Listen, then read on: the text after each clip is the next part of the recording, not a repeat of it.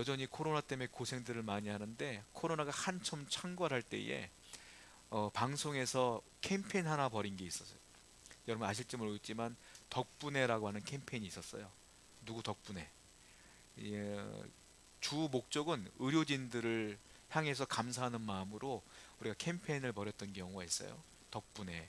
그걸 이제 젊은 사람들은 해시태그라고 해서 그걸 다 달기도 하고 페이스북에 그런 영상 올리기도 하고, 그래서 많은 대한민국 국민들이 감사하는 마음으로 그래도 어렵지만 보냈던 것 같아요. 여러분, 덕분에라는 말은 참 아름다운 말이죠. 덕분에는 누구한테 고마움을 표현할 때 쓰는 말이에요. 아무개 덕분에 내가 이렇게 됐어요. 아무개 덕분에 내가 이렇게 잘 살고 있어요. 아무개 덕분에 내가 이 문제를 해결했어요. 덕분에란 말은 긍정적인 언어죠. 그런데 반대말도 있어요. 어떤 말이냐? 때문에요. 때문에. 누구 때문에, 아무개 때문에 내가 이렇게 됐어요. 때문에는 부정적인 말이고요. 덕분에는 긍정적인 말이죠. 때문에는 내가 원망하거나 비난하거나 불평하거나 책망할 때 쓰는 단어가 때문에예요. 제가 전에 운전을 할 때 고속도로를 갔다가 차가 너무 막히는 거예요. 평소에는 안 막히는 고속도로가 굉장히 막히는, 꼼짝을 못 하는 거예요. 그래서 한참을 지난 다음에 이렇게 통과를 하는데 옆에 트럭 한 대가 넘어져 있더라고요. 넘어졌는데 이게 짐이 어마어마하게 실은 거야. 과적을 한 거죠. 그러니까 차가 넘어진 거야. 그러다 보니까 차선에 짐이 막 부러져 가지고 차들이 못 가고 있었던 거예요. 뒤에 있는 차들은 몰랐지 뭐. 모르고 있다가 가다가 보니까 그 사건을 본 거죠. 저도 모르게 나는 무슨 생각했냐면, 아유, 저 차 때문에 그렇구만. 나도 모르게 주위 사람은 다 인상 쓰고 가. 다 창문 열고 한마디씩 하는 거야. 트럭이 과적을 하다 보니까 어쩔 수 없이 넘어진 거죠. 원망할 때 쓰는 단어가 누구 때문에예요. 고마울 때 쓰는 단어는 누구 덕분에야. 여러분 문득 이런 생각을 해봐요. 저는 목사하고 여러분들은 권사님, 집사님, 성도님들이잖아요. 다 우리가 하나님 믿는 사람들인데, 과연 여러분들이 인생을 살아가는데 주위 사람들이 여러분들을 대할 때 아무개 덕분에라고 말을 할까요? 아니면 아무개 때문에라고 말을 할까요? 저는 문득 그런 생각을 해봐요. 만약에 누가 박 목사 때문에 내가 이렇게 됐어라고 원망한다면 내가 참 부끄럽겠구나. 그런데 누군가가 박 목사 덕분에 내가 이렇게 됐어라고 말하면 참 감사하겠구나 라는 생각이 들더라고요. 여러분들은 어떻게 했어요? 여러분은 어떤 삶을 살아오셨나요? 아니, 어떤 삶을 살기를 원하시나요? 모든 성도라면 누구 덕분에 이런 말을 들어야 되지 않겠어요? 그것이 성도의 삶이고 하나님께서 요구하는 삶이 아닐까라는 생각이 들어요. 오늘 말씀을 보니까 바울에 대한 이야기가 나오는데 본문 내용이 그거예요. 바울 덕분에, 바울 한 사람 덕분에 276명의 사람들이 목숨을 건져요. 한 사람 덕분에, 바울 덕분에, 아, 바울이 이러한 삶을 살았구나라는 생각이 들면서 우리도 바울 덕분에란 말을 들었다면 바울처럼 살아야 되지 않겠느냐. 바울은 어떻게 살았을까 이런 생각을 해보게 됐어요. 이 내용은 이런 겁니다. 바울이 복음을 증거하다가 예루살렘으로 돌아가요. 예루살렘으로 돌아갔는데 들어가자마자 붙잡혀요. 바울이 붙잡혀 사형 언도를 받게 돼요. 근데 바울이요, 뭐라고 말하냐면 그들에게 이렇게 얘기해요. 나는, 예루살렘에 붙잡힌 바울이 이렇게 얘기해요. 나는 히브리인이지만, 유대인이지만 또한 로마 시민권자다 이렇게 표현을 해요. 그래서 사람들이 놀래면서 바울을 사형 언도를 못해. 왜냐하면 로마 시민권자이기 때문에 그래요. 로마 시민권자는요, 예루살렘에서 재판을 받을 수 없어요. 로마 시민권자는, 로마인은 로마에 가서 황제에게 재판을 받아야 돼.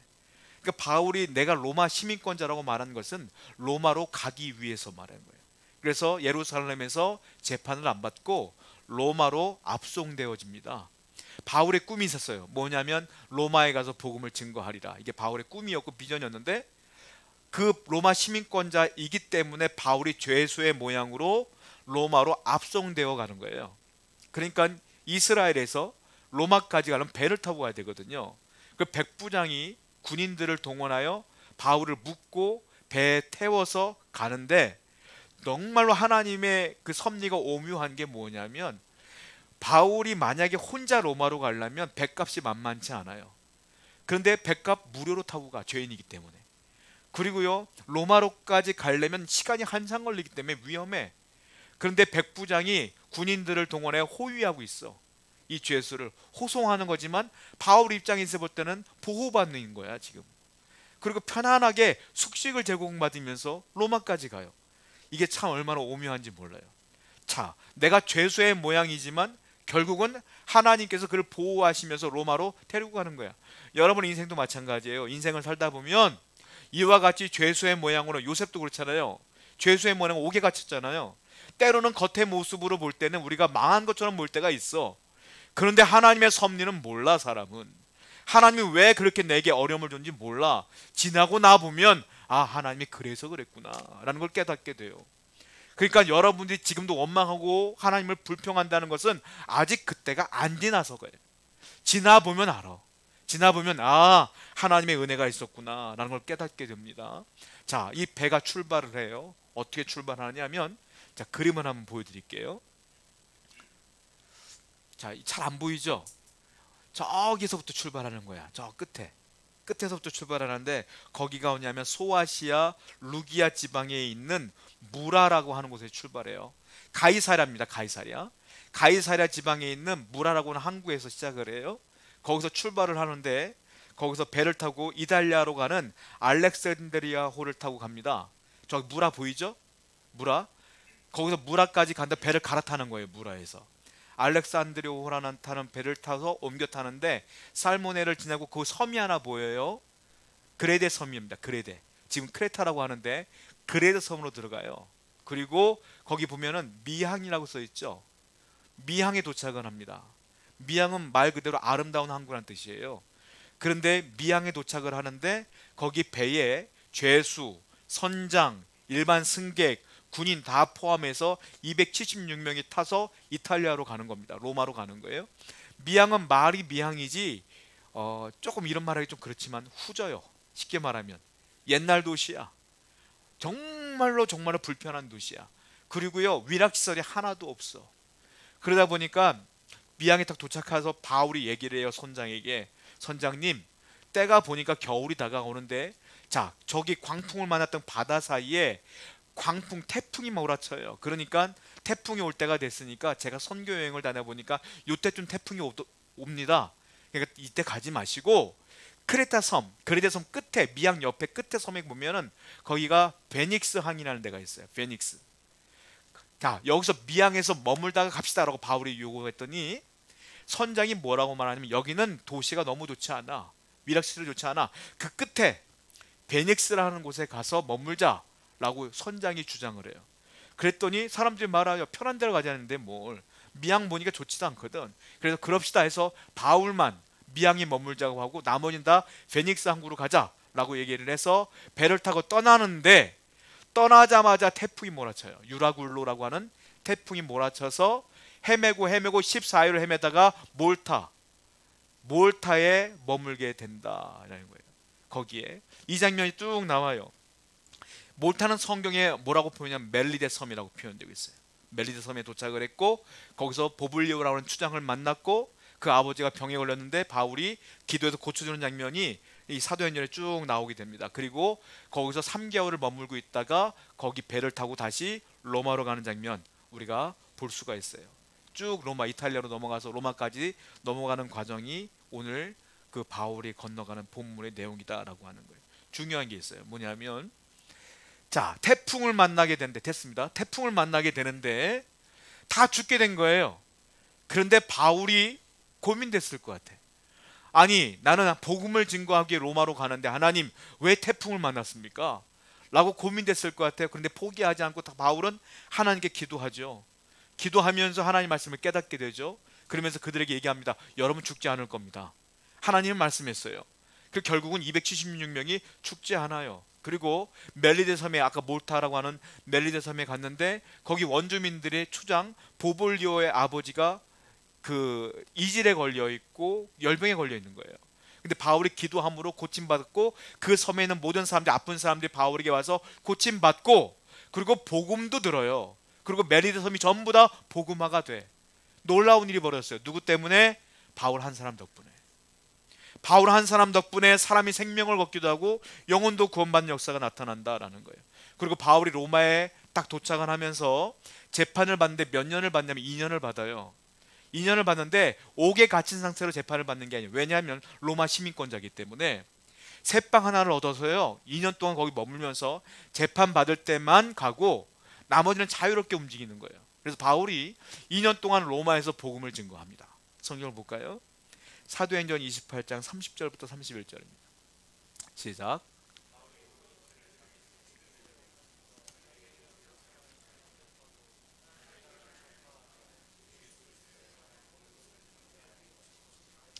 2년 동안 바울이 그 집에 새 집에 머물면서 복음을 증거하는 거예요. 그리고 그 복음을 들은 사람들이 변화되어지고 로마의 예수 그리스도를 믿는 사람들이 기하급수적으로 늘어나기 시작해요. 그리고 그 사람들이요 유럽은 연결되어 있지 않습니까? 로마에서 다른 나라로 옮겨가면서 또 복음을 증거하기 시작하는 거예요. 그래서 이 사건 때문에 이 복음이 유럽 전역으로 퍼지게 되고요. 그리고요 이 복음이 미국으로, 캐나다로, 호주로, 그리고 대한민국으로 넘어와서 우리가 지금 예수 그리스도를 믿게 된 거예요. 그래서 한국에 있는 모든 그리스도인들은 바울에게 감사해야 돼요. 사실은 바울 덕분에 우리가 복음을 들었고 예수님을 믿게 된 거예요. 한 사람 덕분에. 성경을 보게 되면 한 사람 덕분에도 있지만 한 사람 때문에도 있어. 예를 들자면 아담과 하와, 아담 때문에 아담이 선악과를 먹음으로 우리는 죄를 짓지도 않았는데 태어남과 동시에 원죄가 우리에 들어오게 돼 있어. 누구 때문에? 아담 때문에. 그래서 모든 이들은 지옥 갈 수밖에 없지만 또 감사한 게 있어. 하나님이 그것을 해결하기 위해서 예수님을 이 땅에 보내셨어요. 예수님 덕분에 구원도 이루어진 게 된 거예요. 성경을 볼까요? 로마서 5장 15절입니다. 19절입니다. 시작.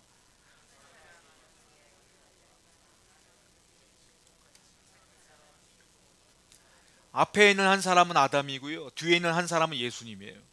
한 사람 때문에 우리가 죄인이 됐지만 한 사람 덕분에, 즉 예수님 덕분에 우리가 구원받는 의인이 된 것이다. 여러분은 덕분의 삶을 살아야 된다. 때문에 삶이 아니라 덕분의 삶을 살아야 돼요. 성경을 보니까 창세기 39장에 요셉이 등장을 하는데, 요셉이 알다시피 형들에게 팔려서 감옥에 있다가 총리가 됐잖아요. 하나님이 요셉을 미리 애굽으로 보내신 거예요. 즉 애굽의 총리가 된 요셉 덕분에 이스라엘의 가족이 다 구원받고 애굽에서 평안히 있다가 200만 명이 되는 민족을 이루게 되었고 하나님의 뜻을 이루게 됐어요. 다 누구 덕분에? 요셉 덕분에. 근데 성경을 보니까 여호수아서 6장 7장을 보니까 또 한 사람 때문에가 나와. 누구냐? 아간이라는 사람이 나와요. 자, 여리고성을 여호수아가 이겼는데 아이성에서는 패배했어요. 이유가 뭐냐? 하나님께서 말씀했어요. 야, 아이성에서 싸우면, 자, 여리고성에서 싸우면, 자, 전리품이 있는데 절대로 니들 갖지 말아라. 내게 바쳐라. 그리고 가축과 사람들을 다 진멸하라. 왜냐하면 그들이 갖고 있는 전리품들 때문에 그들의 문화가 이스라엘에 들어올까봐 하나님께서 막는 거예요.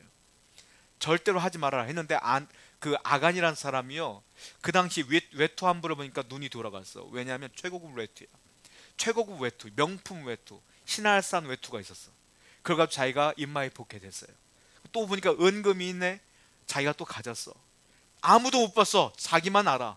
그런데 하나님이 보신 거예요. 아간 때문에 아이성에서 수십 명이 죽었고요. 그리고 이스라엘은 패배했고 모든 사람들은 고난을 당했어. 한 사람 때문에. 여러분, 중요한 게 여러분이 중요한 거예요.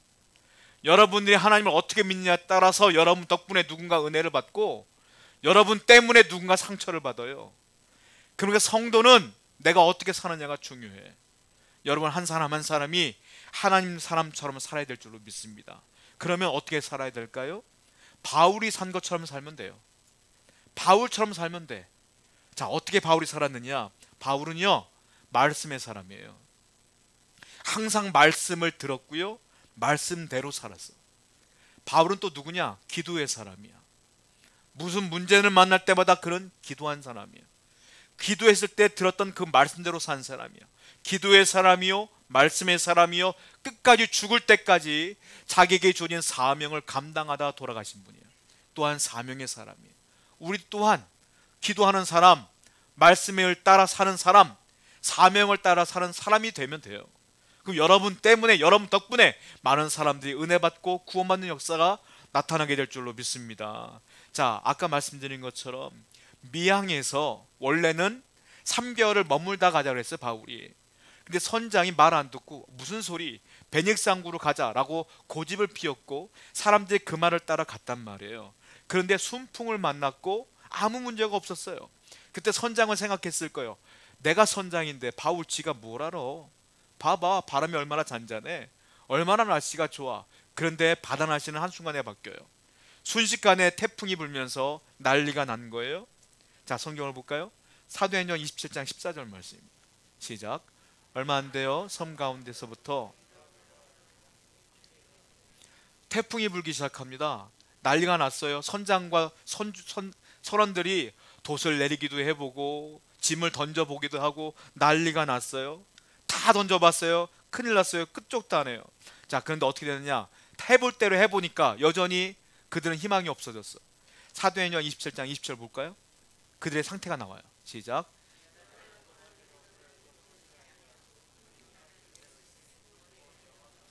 며칠이 지났음에도 불구하고 태풍이 얼마나 큰지 해도 안 보이고 달도 안 보이고 별도 안 보이고 깜깜해. 그리고 태풍은 여전히 있는 거야. 그러니까 이 사람들이 해볼 대로 해본 뒤에 할 수 있는 게 없으니까 어떻게 했어요? 여망마저 없어졌더라. 한마디로 말하면 죽을 날 기다리고 있는 거예요. 이젠 죽었구나 하고 다 죽을 날 기다리고 있는데, 바울도 생각했을 거예요. 바울도, 하나님, 왜 내가 이 배를 타고 있는데 로마에 가서 복음을 증거해야 되는데 왜 태풍이 부나요, 하나님? 바울도 속상했을 거야. 여러분 인생도 마찬가지예요. 하나님 잘 믿는데 왜 내 인생에 태풍이 부나요, 하나님? 그럴 때가 있어요. 근데 그 생각을 하면 원망이 나오죠. 바울은 생각한 게 아니에요. 뭐 했냐? 생각이 들지만 바울은 기도했어요. 그 상태에서 기도했어. 기도했더니 하나님의 사자가 나타나서 바울에게 말씀하세요. 바울아, 너희들은 태풍이 있지만 이 배는 뒤집어지지 않을 것이고 이 안에 있는 276명 다 하나도 안 죽을 거야. 다 살아날 거야. 배는 파손되겠지만 너희들은 괜찮아 라고 말씀했어요. 기도했더니 응답이 왔어. 자, 응답이 왔는데 여전히 해는 없고 별도 없고 달도 없고 깜깜하고 태풍은 있어. 근데 바울은 그 말씀을 믿은 거예요. 믿어서 선장을 앉혀놓고 뭐라고 말하냐면 여러분들은 죽지 않아요 라고 얘기하고 있어요. 말씀의 사람이요, 믿음의 사람이요, 기도의 사람이요. 성경을 볼까요? 사도행전 27장 21절부터 22절입니다. 시작.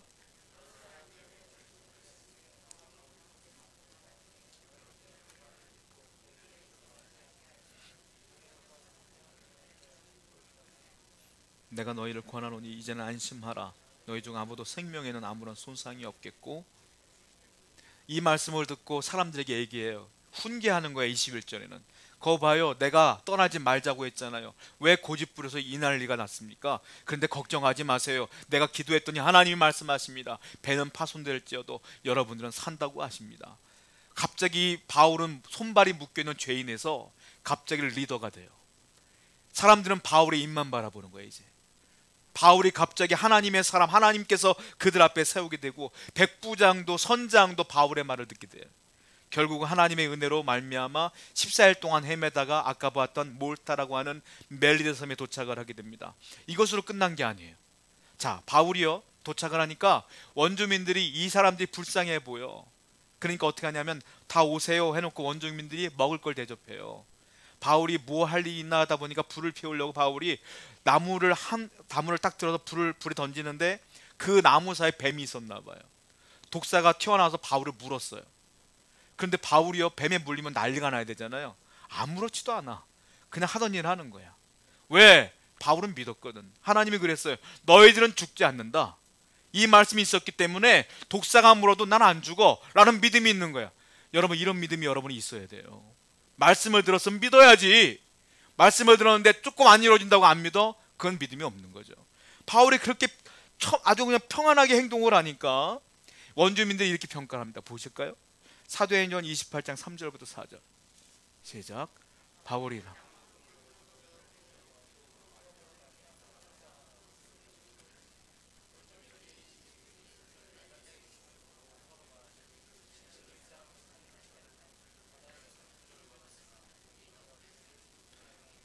독사가 팔에 매달려 있는 상태야. 근데 원주민들은 어떻게 바라보냐면 독사가 사람을 물면 그 사람은 죄인이라고 생각해요. 그들의 생각은. 그러니까 바울이 물렸기 때문에 저 사람은 살인자구나, 저 사람은 진짜 죄인이구나, 그래서 하늘이 벌을 내렸구나 라고 생각한 거예요, 원주민들이. 그런데 어떤 일이 벌어집니까? 다음 절 볼까요? 자, 28장 5절입니다. 시작. 조금도 상함이 없, 독사인데 조금도 상함이 없어. 원주민이 놀랍니다. 그리고 바울을 향한 이렇게 외치죠. 자, 그 다음 절이에요. 6절 시작.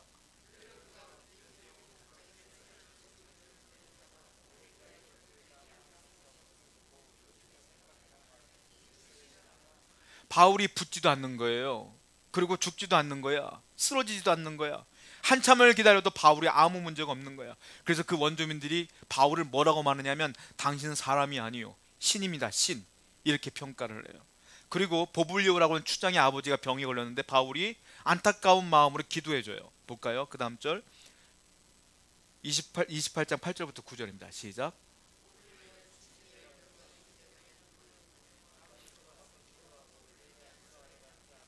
이러므로 섬 가운데 섬이 들썩거리기 시작합니다. 바울이 기도했더니 하나님의 은혜로 그 추장의 아버지가 나았어요. 또 많은 사람들이 왔더니 기도할 때마다 다 나왔어요. 섬이 들썩들썩하기 시작해요. 그리고 바울이 그들을 앉혀놓고 예수님을 증거하기 시작했어요. 그들이 신이라고 바라보는 바울이 말하니까 그대로 믿어버린 거예요. 그래서 그 섬 전체가 다 복음화가 돼버려요.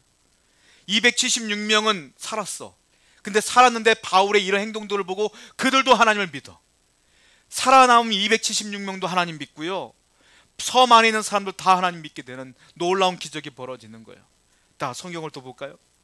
사도행전 28장 11절입니다. 시작.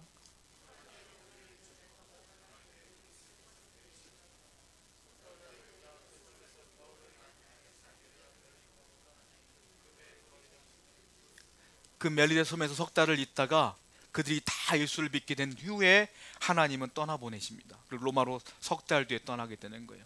이제 배 안에는 바울이 죄수의 모양으로 있는 것이 아니라 복음을 증거하는 사도의 모양으로 서서 로마로 떠나가는 모습을 보게 돼요. 한 사람 덕분에 몇 명이 산 겁니까? 한 사람 덕분에 그 영혼이 몇 명이 산 거예요? 바울은 누구의 사람이었어요? 기도의 사람이요. 바울은 말씀의 사람이요. 자, 바울이요, 그 일이 있을 때 다들 두려워할 때 뭐 했는가 보십시다. 사도행전 27장 23절 말씀이에요. 시작.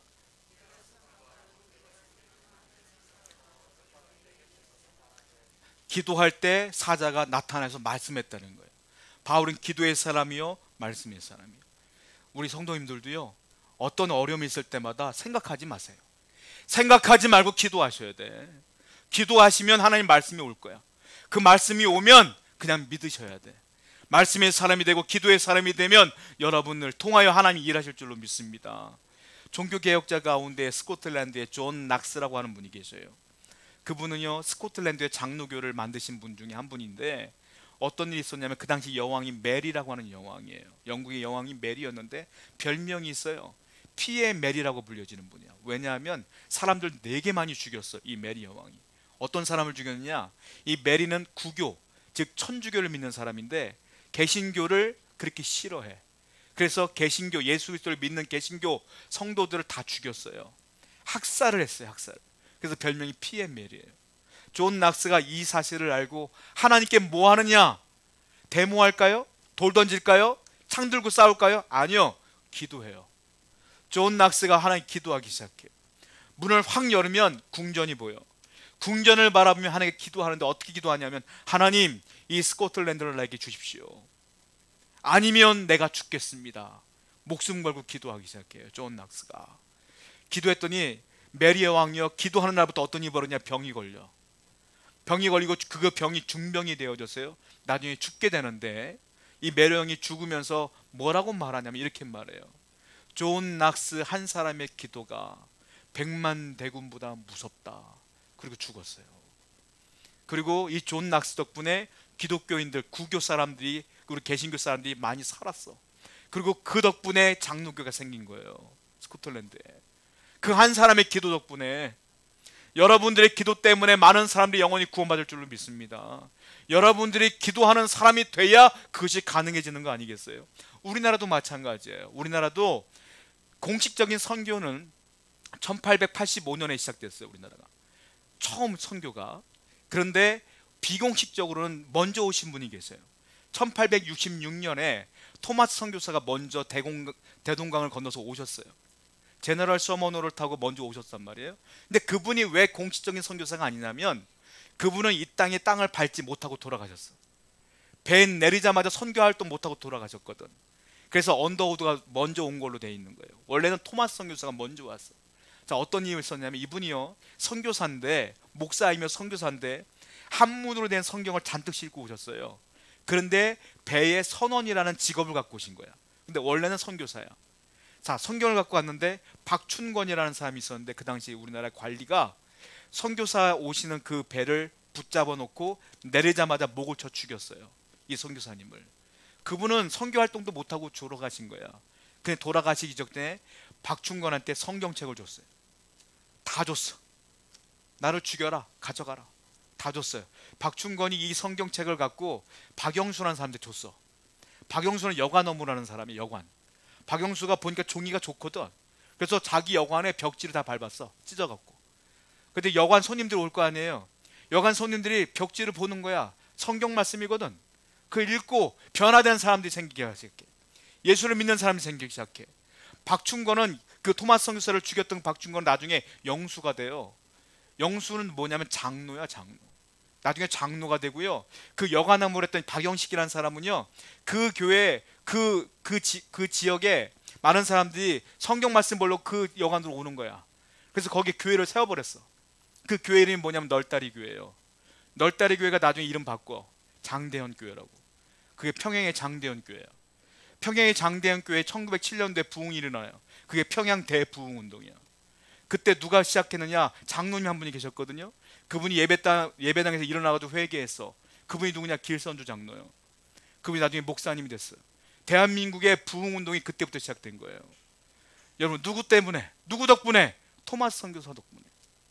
그분이 성경책을 잔뜩 갖고 왔기 때문에 대한민국의 복음화가 된 거예요, 사실은. 한 사람 덕분에, 말씀의 사람, 복음의 사람 때문에. 우리가 바로 그런 사람이 돼야 여러분 주위의 사람들이 예수 믿고 구원받지 않겠냐 이거죠. 여러분들이 기도의 사람이 돼야 여러분 때문에 은혜 받고 살지 않겠느냐는 거죠. 바울은 기도의 사람, 말씀의 사람 뿐만이 아니라 사명의 사람이에요. 사도행전 27장 24절 말씀입니다. 시작. 바울아,